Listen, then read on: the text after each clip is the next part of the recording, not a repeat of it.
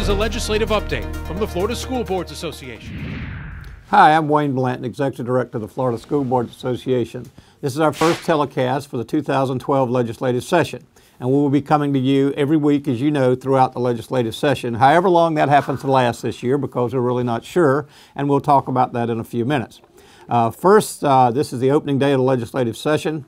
The governor has given his State of the Union address, the State of the State address, and he is obviously asking for $1 billion more in education than we received last year.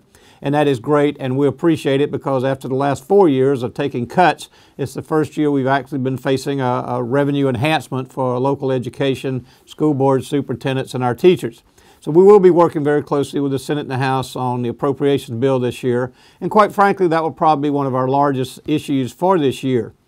Also, if you look at the total session this year, obviously the budget has to be passed, and redistricting or reapportionment has to be passed.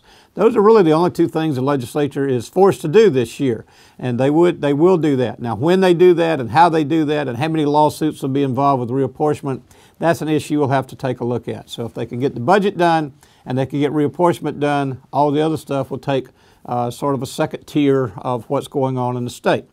Obviously, there's some big issues. Casino gambling is a big issue, and we know that, and that's going to dominate the session this year.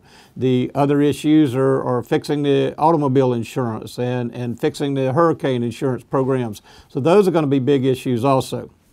What are our issues? Obviously, our main issue is going to be the budget.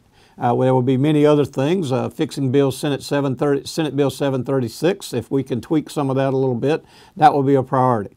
But also, let me talk to you about some other things that are already happening, and then we'll go to what I appear, being here a long time, seeing what's going to happen at the end of the session.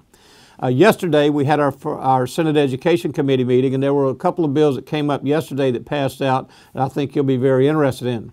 Senate Bill 344 by Senator Bill Munford is the one that allows advertising on school buses, on the outside of school buses. That bill is going to be somewhat controversial. It passed out yesterday on a 4-2 vote, but we are supporting that bill because it is revenue enhancement for all the school districts, and we think we can control that. You will be in charge of what those ads are. Obviously, there's no alcohol, no cigarettes, anything like that will be advertised, and that's in the bill, that cannot be advertised in any shape, form, or fashion. We trust local school board members and local superintendents to make the right decisions on the ads that they would be putting on their school buses if this bill were to pass. Leon County says they can generate about $1 to $2 million in advertising a year. They've talked to some vendors, and they think that's about what they can do. So if you extrapolate that a little bit, it looks like advertising on buses could bring anywhere from $60 to $80 million statewide for local school systems. We would rather that we not have to do this, but in these tough economic times, I think it's a viable issue, and I also think it sends a message to the legislature that transportation funding is not being fully funded. A lot of other things is not being fully funded also. Another bill that passed out yesterday was Senate Bill 962 by Senator Benacuesto from Wellington, who now is residing in Fort Myers, but her bill would increase the corporate scholarship dollars from $218 million this year to $250 million next year. We see that coming. It also passed out on a 4-2 vote. The disturbing part about the bill is it also has a provision in there that says every year after that, that amount will automatically increase by 25% if those dollars are met. In other words, if enough students take corporate scholarships that year to go to 250, then the next year it would automatically go up 25%.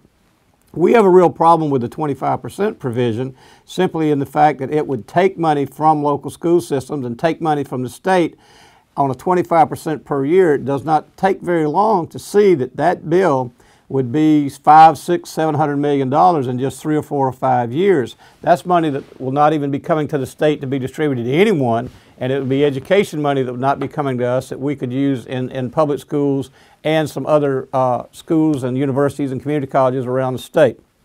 So that bill is going to give us some problems. Next week, I want to bring you up to speed on where we are with the constitutional amendment, Amendment 7 on religious freedom, or it will now become Amendment 8 because the judge has thrown that amendment out. Next week, I will talk to you about that constitutional amendment. The cutoff date for filing appeals is January the 12th. So next week, we think we can talk about where we're going with that voucher constitutional amendment and what we're going to be doing this year to combat that. There's a lot of confusion here as to whether the legislative session is going to get out on March the 9th and then come back in April, or whether they're going to get out March the 9th and not come back at all. We'll have to wait and see on that and keep you up to speed on it. I hope this telecast is helping you. Please let us know. Also join our daily update that Ruth Melton puts out on the FSBA website. Thank you for watching. I will be with you again next week. This is a legislative update from the Florida School Boards Association.